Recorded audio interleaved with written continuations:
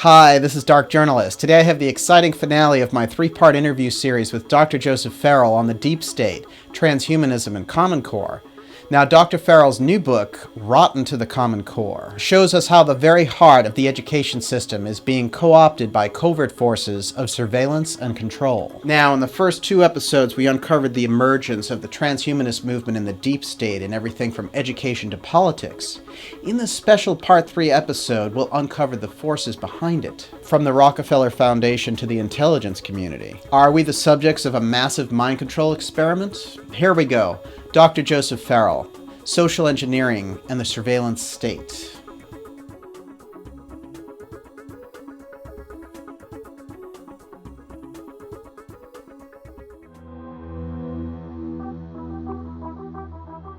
I think there is a link between this Common Core philosophy and transhumanism, and the link lies deeply within the 19th century and the beginnings of this whole progressivist education movement. The edu-garchy are the people that control the requirements for certification. That isn't education. It's nothing but a loyalty test. Are you with our narrative or not? You know, there's always a trend and a narrative in society that comes out of nowhere to serve a number of behind-the-scenes agendas. From mechanized education, self-driving cars, robot bartenders, and civilian spy drones, the question must arise, how do we embrace the emerging technologies while at the same time rejecting the sometimes insidious motives behind it? If we're being programmed to accept a corporate fascist world government with systems like Common Core in place, then what is their endgame? Let's go ask Dr. Joseph Farrell.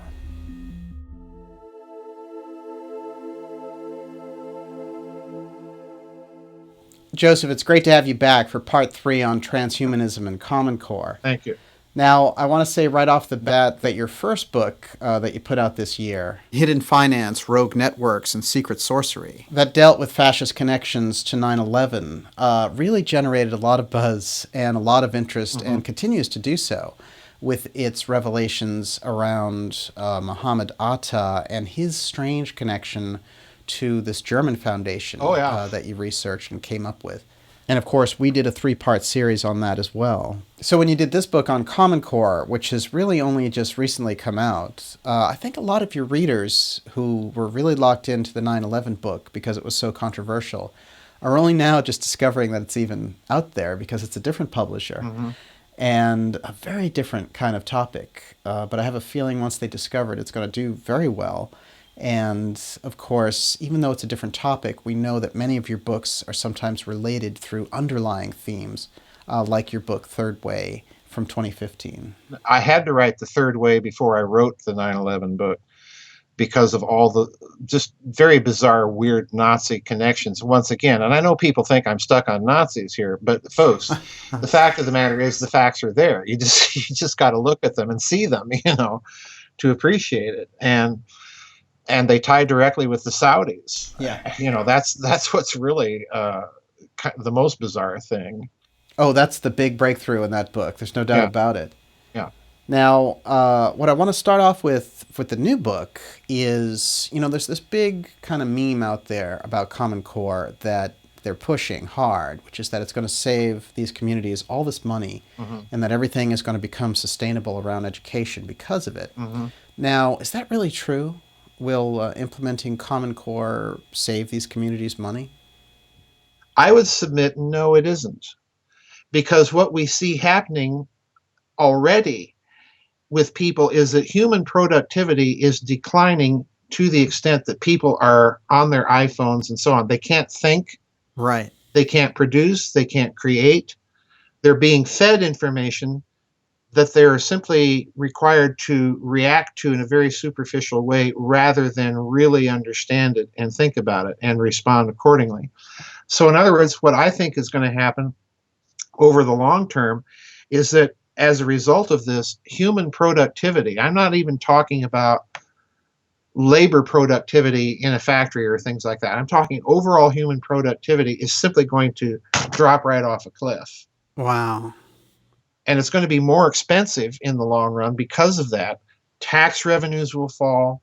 corporate revenues will fall. We're already seeing this happen. Mm-hmm. We're already seeing the beginnings of this. And they want to put this system in the educational system? No, no.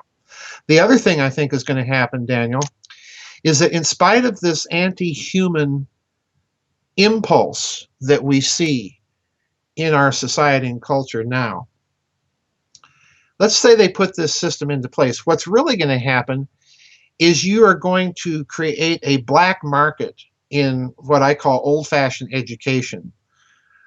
We're going to pay so-and-so down the street who knows something about this subject to tutor our kids, and he's got a blackboard in a bedroom, and that's what's going to happen. Oh, that's interesting. Because I'll tell you something, it's very interesting. You go to Silicon Valley, where the elite send their kids to schools. Do they send their kids to schools with computers? Oh, that's a good question. For the most case, no, they don't. They know the value of that teacher and that human mentor. And by the way, you know, Steve Jobs said the same thing. Machines can do some of this, but you've got to have that human contact. Yes. You have to have that human mentor that can listen to your processes of reasoning and understand if those processes make sense, can add critical thought or information to expand them, guide the person in this or that direction that a human being alone can really understand and appreciate. Exactly. There's no substitute for this. None. So I think, you know, the more they take the human element out of the classroom, what they're doing really is they're creating a subculture where people with the money to do so are going to insist on that element.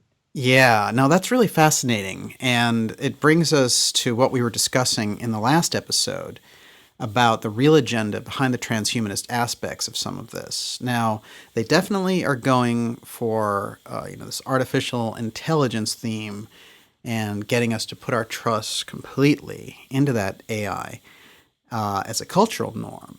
And really, there's a big push on that. So they're really trying to morph us into this transhumanism mold.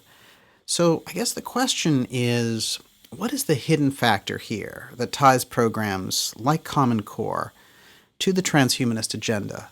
I think you're absolutely correct. I think there is a link between this Common Core philosophy and transhumanism, and the link lies deeply within the 19th century and the beginnings of this whole progressivist education movement. And we go into this history at some length in the book because it's so important to understand why we have the messed up system we have. Oh, there's great history in the book. Oh yeah, it's unreal. It begins with a German psychologist by the name of Wilhelm Wundt in the University of Leipzig. Now, stop and ask yourself just this one little question right off the bat. Okay. Why would the United States of America, with the ideals and principles of a liberal constitutional democracy and republic, want to take a model of education from imperial Germany? Right. You know, what are we nuts? It's a good question. What does Bismarck have to do with the American school? Literally nothing. But Wilhelm Wundt decided that psychology had to be put on a scientific footing, and the only way to do that was to mathematize it, and the only way to do that was to reduce the human being, in effect, to a stimulus response mechanism. In other words, under certain conditions of stimulus, how does the human being respond? And we take statistical averages of all of this. So in other words, it's a reduction right there of the human being. You've just taken the soul and the mind and thrown it right out of the picture. Right. And you've set up this whole stimulus response idea for education. Interestingly enough, one of his students was Pavlov's dogs. Oh. Stimulus response. But Wundt educated a number of American educators who in turn then educate other American educators, and they take this stimulus response psychology with them. The most classic example being John Dewey. What does Dewey say? Well, Dewey says we shouldn't bother about reading, writing, arithmetic, geography, history, and all of this stuff. What we really need to be concerned about is the socialization of the child and making sure that his behavior patterns are going to make him a good citizen. And so, what does that do in turn? It transforms the role of a teacher from someone who is to communicate a discipline into someone who is to design learning experiences, stimulus response, and a learning environment in the classroom that will produce that requisite stimulus response mechanism. So, what becomes important for the teacher in turn to learn when they go to teachers' colleges? Well, what becomes important is that they get the licensure or the certification, that they know how to apply the latest psychological educational theories to create the learning experiences for the stimulus response mechanism called the student. So, in other words, we get teachers who spend more time learning psychological claptrap and edu-blither than they spend learning the very disciplines supposedly that they're teaching, like English, mathematics, biology, what have you. They've got their certification that says they know. Think of them as paralegals in this system. Right. They're not fully credentialed lawyers, or in this case, fully credentialed psychologists, but they've got just enough to give you a license to go out and practice the latest theory and apply it in the classroom. And if you don't think that this has had an effect on education, for all of you teachers out there, and I'll be very blunt, I am totally opposed to teacher certification. Totally. The only requirement I would insist on is that if you're going to teach English, you know English. Yeah. If you're going to teach biology, you know biology. You can take the certification and throw it right out. Right. So these teachers have to dance to these theoretical methods and can't academically study the actual subject. That's the problem. Yeah. So there's no growth, essentially. There is no growth in terms of the actual academic content of the discipline you're required to teach. It's all focused on this psychologizing of the classroom. And all of that is based on this Wundtian philosophy that you and I are stimulus response mechanisms, nothing more. Now, is that a handy progressivist educational philosophy? If you're a corporate foundation like Ford, Carnegie, or Rockefeller, or now Gates, to create a consumerist society to buy more and more of your products by imposing that whole philosophy top down in the classroom from kindergarten to high school? You betcha. Yes. Well, the foundation part is so fascinating because they wield such a tremendous influence. Mm-hmm.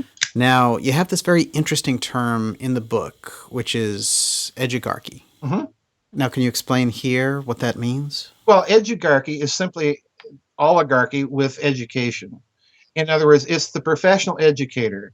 In other words, the doctor of education that spends all of his or her time learning all of this psychological claptrap and thinking that they have any relevance to the teaching of math, physics, and so on and so forth. And again, I go back to the historical record here. We got along just fine without all of this stuff for centuries. Right.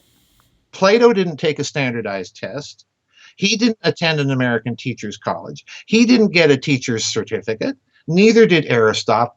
Neither did Iamblichus. Neither did Thomas Aquinas. And on, Immanuel Kant. On and on we could go. Yeah. These people were not subjected to this system of education because it isn't education. It's nothing but a loyalty test. Are you with our narrative or not? Right. Now it's obvious where they're coming from. That's all it is. And they're, the edu-garchy are the people that control the requirements for certification. They control the amount of, theory that you have to learn to be good stimulus response managers. They're the people in charge of what theory are we going to impose this year in our continuing education courses. On and on it goes. Right.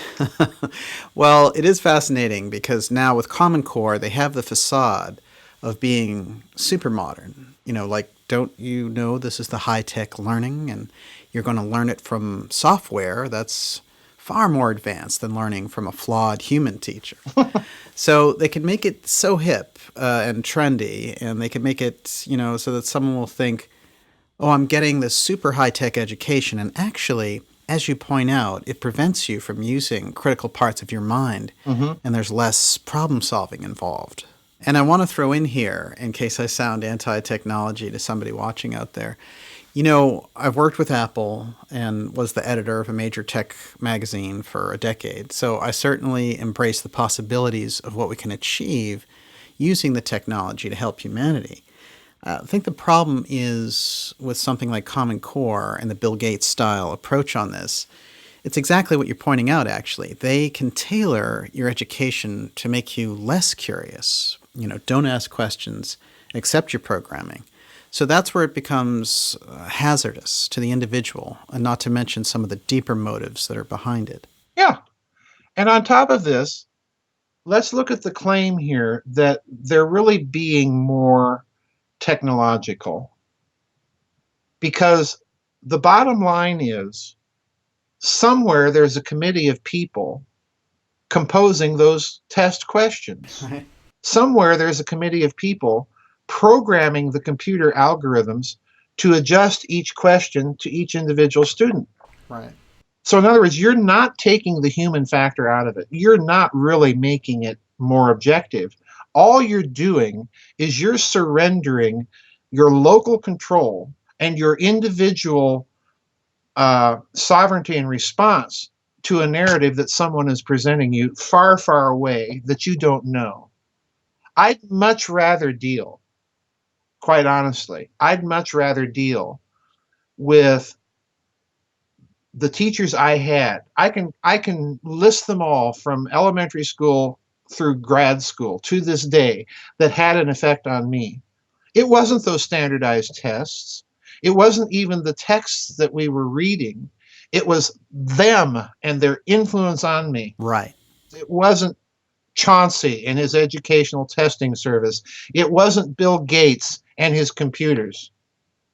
It was people that had the influence on me. And through them, their influences, and through them, the books and ideas that they presented.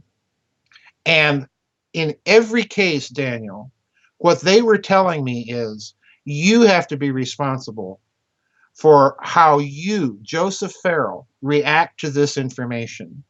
You may agree with it, disagree with it, articulate the reasons why. It wasn't the test.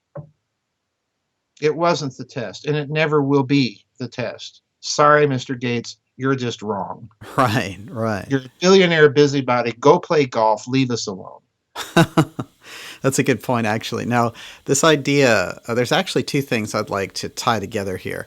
The idea that they now have direct access for the corporations and the intelligence agencies to young students. That's a biggie. That's a biggie. Yeah. And then this idea that they have this very unusual approach to arithmetic. You think?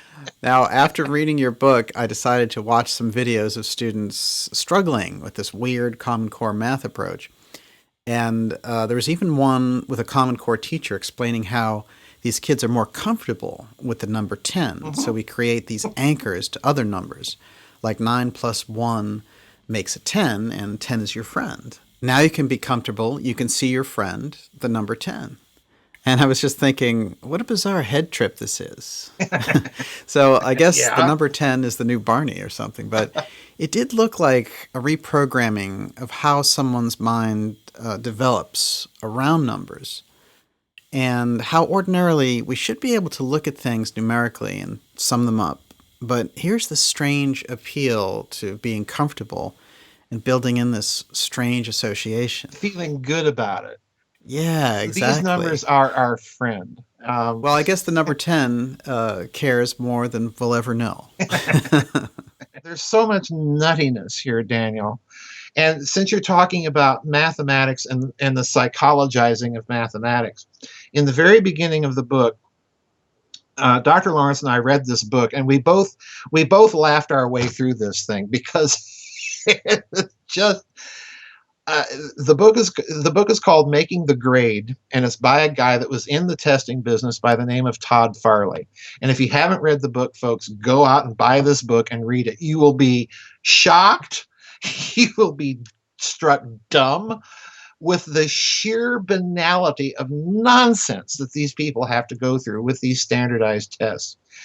Well, in one case, they were supposed to assign a numerical value to the use of certain words in essays that the state requirement had these students write. And they were given numerical values for the use of certain words. So literally, Farley recounts this endless debate of the scorers of these papers that were hired by the testing company to just score these student papers in huge batches. And they were debating, well, is sluggish better than lazy? You know, what numerical value do we give to this? And then, you know, he points out the obvious. Some young kid raised his hand and went to the reductio ad absurdum. Well, you know, let's just cut through all the stuff here and assign a numerical value to every word in the dictionary, and that way we can just be objective about all of this. And this went on and on. What's the correct adjective for the flavor of pizza and ice cream? And you know, does a boiling egg fizzle or sizzle or, you know, fizz? You know, and seriously, there are people debating this stuff, wasting time with this stuff, and being paid for it by these testing companies. Wow. And this is the bottom line. You know, if you're taking this stimulus response approach to everything, the bottom line is this was all supposed to be about objectivity, and the bottom line is it's totally subjective. They're just putting a veneer of statistics over it and saying, well, it's all scientific now. You know, well, nonsense. Of course not. You know, and we make the joke, well, if we're going to do this, let's assign numerical values to artists and pieces of literature and composers, you know, and let's give them a numerical value. Is Glenn Miller better than Chopin? You know, give him a 5. You know? It's nuts. It's totally nuts. I like listening to both those guys. I do too, you know. So, for me, it's a kind of a toss-up, you know. It's nuts. It's just I think it is fascinating, and you really hit on something with this, because if you're in school and you learn the truth about, say, the Federal Reserve at a young age, and then you learned about the forces in the deep state that assassinated President Kennedy as part of your history. Right. So you'd really grow up then with such a different worldview that you'd be essentially useless to the establishments and the purveyors of the official reality. Right. Because you're going to understand and see through it, essentially. Now, you won't be a minion anymore, and you won't kiss up to the system in that sense. Yes. So what we have now is a very politically correct mindset going on. And interestingly enough, it goes far beyond getting out of high school. Now, this makes me think, because I have a friend who graduated a few years ago from a prestigious school here in the Boston area. And she told me about what she needed to do to wrap up before she graduated. Mm-hmm. Now, one of the things that she needed to do was attend these lecture series at the school by Homeland Security. And this was a requirement now. She couldn't get out of it. Homeland Security. Yes, Homeland Security. So you're in this academic university environment, and the only way to graduate was to attend and absorb what is essentially propaganda. And I reflected on this and said, well, you know, here's the real militarization, because it's a subtle influence on these students. Now, if we go to your ideas about intelligence agencies infiltrating the education system, Yep. we can see they already operate in the college networks. Now, a major CIA figure, Cordmeyer, actually told a congressman that the CIA had recruited Bill Clinton directly out of college and groomed him over time to be president. So that makes me think of your examination of Common Core, because it goes one better. Because if you can influence them as children, say 7 or 8 years old, wow, you know, then you'll really have them for life. Bingo. Bingo. It's like a lifetime engagement. Let's remember that when Chauncey and James Conant at Harvard began to push the whole idea of standardized testing across the nation, and Chauncey setting up the Educational Testing Service, that for them, This was a means of finding and identifying what they thought were the gifted students so that they could slot them into corporations, into government, and so on and so forth. And the problem here is, as we pointed out, the problem with standardized tests as a mechanism for doing that is ultimately these tests punish the more intelligent student. We give example after example of questions where the student knew more than the test takers in the far off committees at ETS preparing the test question. Wow. And I do think you're correct. I do think that the intelligence communities are seeing these tests as a way to identify people and follow them and begin the process of slow recruitment at a very early age. But by doing this, what you're turning people into are, again, consumers of a particular narrative. Well, I know that if I were running an intelligence agency, and again, that connection's there. I mean, it's clear that there was an intelligence connection with the standardized testing industry going back to the 1950s.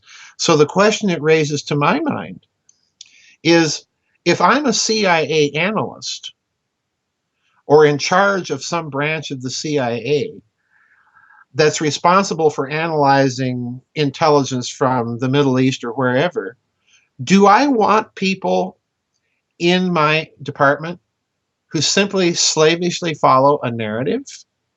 Or do I want people able to look behind a narrative and be able to come up with possible scenarios? That's a great point, actually. They would be recruiting very undynamic, non-complex individuals, non-complex thinkers, who would be very obedient. But that's the risk that you're pointing out here, which is, as they attempt to dumb down society, they may also be dumbing down their own ranks. Yes.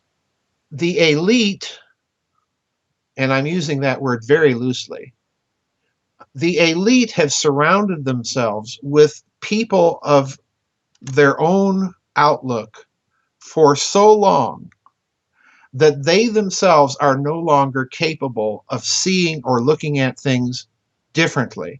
They have dumbed themselves down in the process. And the example is this.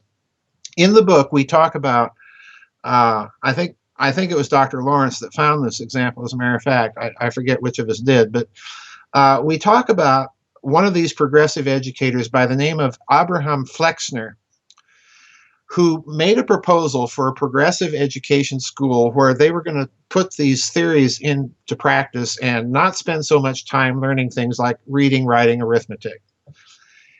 And he decided to call it the Lincoln School to make it sound patriotic and American. Well, John D. Rockefeller Jr. sent his sons to this school. Huh. He sent Lawrence there, he sent Nelson Aldrich there, and he sent David there. So at least back then, they were willing to expose themselves to the very stuff they wanted everybody else to do. I can't see Bill Gates doing that, but, times have changed. But anyway, the result was, and we put this in the book, the result was that Lawrence and Nelson Aldrich Rockefeller both complained that they had difficulty reading books. Interesting.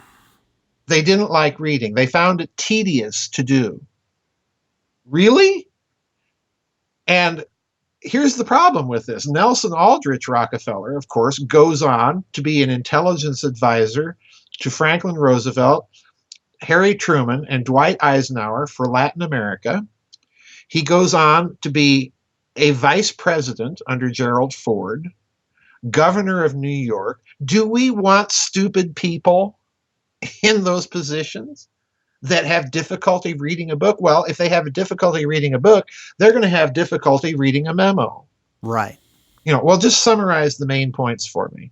Well, in geopolitics and national security, the devil's often in that subtle detail. And, same thing with Lawrence. I have difficulty reading books. So the elite really is dumbing themselves down in this whole process. That's fascinating. And is it any wonder then that we're in the mess we're in now? These people cannot come, we were talking about politics earlier and how blatant it's getting. It's because they have no other playbook. They can't think in any other way. Right. Well, they can't even get any perspective because for fear of losing favor, no one will tell them the truth. Yeah. Now, it's a very hazardous state to live in, Yeah. and these guys are in control. It's unbelievable. Now, when we come back, we're going to go deep into the impact of having the technology destroy conscious thought in a society. We've never seen this before. Final round here of part 3. Dr. Joseph Farrell, stay with us. Go deeper with Dark Journalist. Subscribe now and you'll have access to the complete audio archives to download or stream at your convenience. Receive advanced updates and discounts on Dark Journalist events. Enjoy exclusive subscriber-only content. Go deeper with Dark Journalist. Visit darkjournalist.com and subscribe now for a special discount. Available for just $39 for 1 full year. Dark Journalist. The truth is never easy.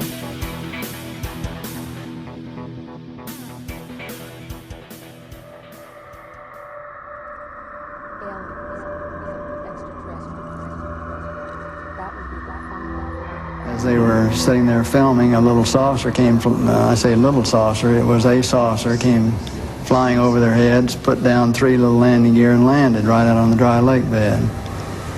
And they picked up their cameras and started over toward it, filming as they went. And when they got in fairly close to it, it lifted up, put the gear back in the wheel wells, tipped up, and took off at a great rate of speed.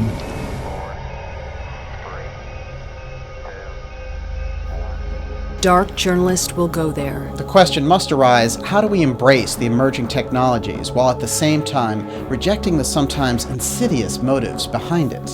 Hidden technology. So in other words, the possibility exists that you have here a machine that is manipulating magnetic fields on a planetary scale that has nothing to do with particle physics. The black budget. But there's no such thing as getting away from the corruption because it is literally, it is now integrated into every economy in the globe. Geoengineering. I'm talking about right down to the DNA level. Imagine that you have now put microprocessors and sensors, along with everything else, into every human body. For more deep interviews, special reports, and documentaries, visit darkjournalist.com today. Dark Journalist. The truth is never easy. And we are back. This is Dark Journalist, and I'm speaking with Oxford scholar Dr. Joseph Farrell. Now, he's the author of the new book, Rotten to the Common Core, a real expose on the selling out of our education system to corporate and intelligence interests. Now, Dr. Farrell has written books also on transhumanism, the strange cult of merging humans with machines. And I guess these scientists have never seen the Terminator movies, which hold up remarkably well decades later, I'd say. Now, Joseph, we've been talking about how the covert forces are infiltrating our institutions and communities, the Common Core being a great example. So I guess my question is, what do you see as their next move? And, some of the next things that they'll be implementing in this social engineering project? This is, you cannot imagine a more Orwellian system than, George Orwell would be appalled. He was kind of writing in the kindergarten version of it. It's just huge. And the bottom line here, Daniel, I said Luciferian earlier, and I meant it. Mm-hmm. This whole thing is a spiritual phenomenon, and it's anti-human, ultimately, in its objective. Yeah. Because there is, in that system, in Mr. Gates' wonderful vision of the future, in Ray Kurzweil's wonderful vision of the future, there is no room for the transcendent or the sublime or the beautiful. And those are intimately human things. But you can get that from a teacher. You can get that from a teacher who knows how to inspire you with it so that you go out and learn on your own. I was so blessed with the teachers I had in public school, all the way from kindergarten through high school. Well, this seems really to be the crux of your analysis. Yes. That it's the human input that always makes the real difference. Yes. Always. Always, always, always. And you mentioned Kurzweil there. And he's looking for that singularity, this merge with machines. Yes. Definitely obsessive, definitely unhinged, like a bad scientist stereotype. But his message basically is, I'm going to do this and become like God, and don't try to stop me. Don't get in my way. Yeah, well, fine, have at it. Just don't impose it on us. Right, exactly. And this is the problem. They want to impose this vision. And you look at people like Ray Kurzweil, and if you look at the philosophy carefully behind what they're saying, it's all going back to this Wundt character and the reduction. I view Wundt as one of the blackest figures in human intellectual history. Huh. People think Darwin, the fundamentalists in this country think Darwin. No, Darwin was as far from this as you could possibly be. But you look at Wundt and this idea that the human being is nothing but a stimulus response mechanism, and see how it has pervaded our educational philosophy. We're basically being treated like we're experimental material for B.F. Skinner. The infamous Harvard psychologist that raised his daughter in a cage and experimented with her. Oh, yeah. Nice guy. Real nice guy. It's this philosophy that we are nothing but consumers and stimulus response mechanisms. It's abroad in our culture. We see it in every day on TV and commercials. We have to be subjected to it in the schoolroom with these tests. Here's the stimulus, give us your response. No, this isn't education. And I go back to that chapter in the book where we listed all those names, not in any particular order, just threw out a bunch of names. Our list might be different than your list. Everybody's got a list. Mm-hmm. But these people didn't go to an American school, take a standardized test from a teacher that was certified to teach, by some education college, and use the latest educational methods. No. Right. That really is amazing. Well, just looking around, and I'm not inclined to be cynical at all. But what I'm seeing is these people are locked into these devices, iPhones, walking around in a complete daze, and, walking off a bridge looking for Pokemon. And the younger you go, the worse it gets. Yes. So it's like there's no resistance there.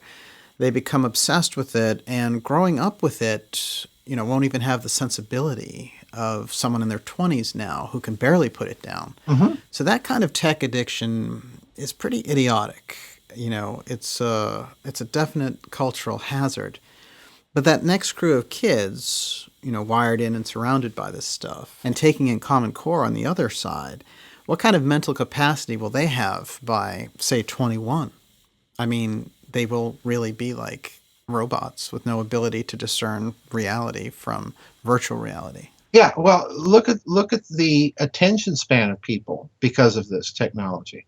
We have the attention span of gnats. Yeah. And it's getting shorter by the day. Now, turn the clock back 50 to the 50s.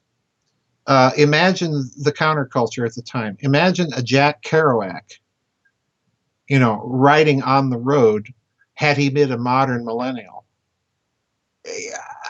We would be getting the most trivial, banal pablum. Yes. Offered to us as great literature and cultural critique. And this is the problem. We have through this system, we have created a system of mediocrity where greatness, genius, intelligence, responsibility, and individuality are punished. And that's the problem. And, if this system continues, if we do not tear this system down, top to the foundations, if we do not tear this system down, in 50 years at the outside, this country is going to be a third world banana republic run by Hillary Clinton's and George Soros's, and they themselves are going to be the victims of their own folly. That's the bottom line. The whole system has to go. And the singularity is coming? I don't know. I honestly don't know because, if Ray Kurzweil wants to go off and merge with machines and send his consciousness to the stars, fine, have at it, Ray. But the fact of the matter is the rest of us have to live in reality and deal with human problems on this world with poverty, environmental degradation, corporate capital cronyism. The socialists want their experiment to be run yet again, as if we haven't got enough historical examples of that failure. So, we've got to start. We're facing real problems, and the problem is the elite have no solutions, other than the tried ones, and they've been found wanting. And we're going to put in an educational system that gives us more of the same. Right. So their common core, their singularity, their transhumanism is kind of like their own weird fantasy at the end of their rope. It's the end of their string of controlling things. Yeah, it is. It's I don't mean to be crude about it, but it's their wet dream. Mm-hmm. That's all it is.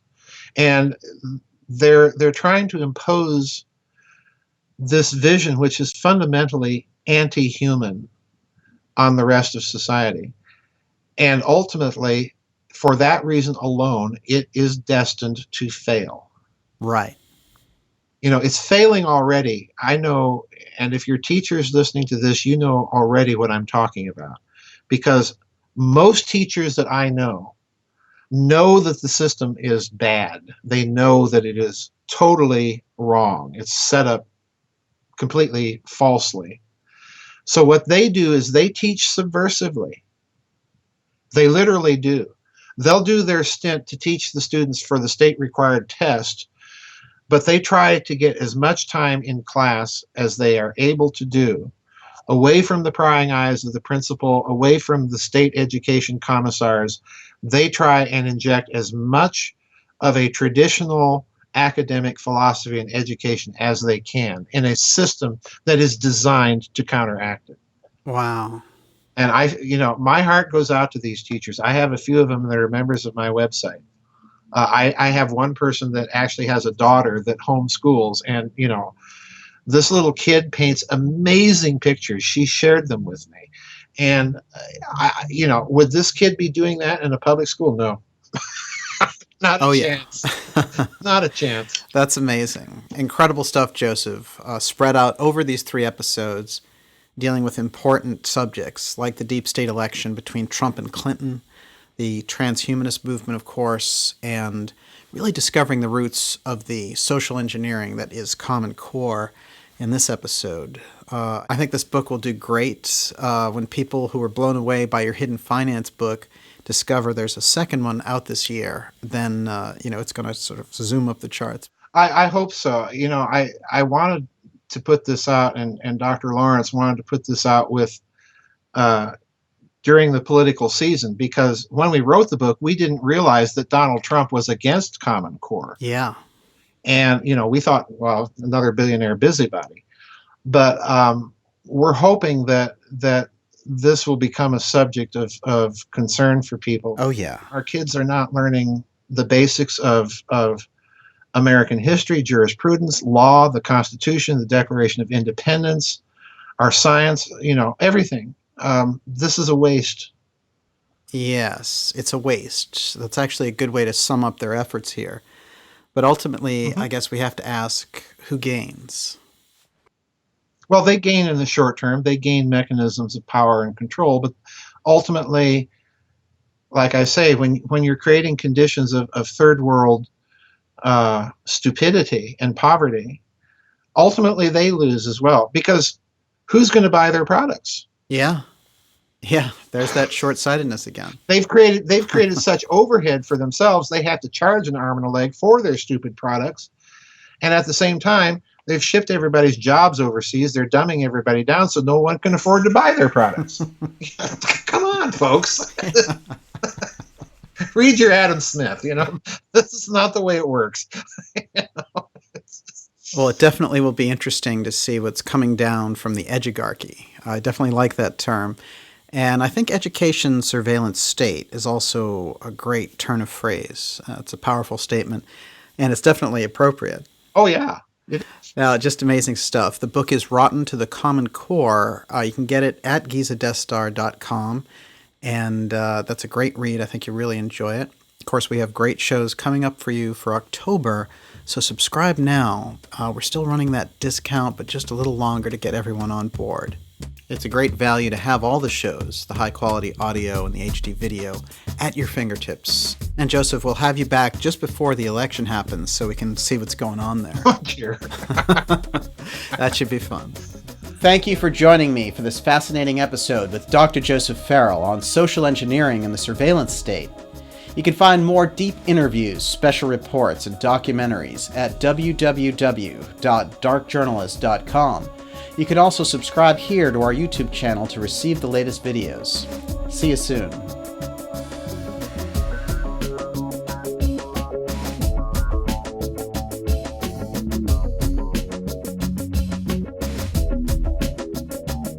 Subscribe to our newsletter at darkjournalist.com to stay updated on the latest shows.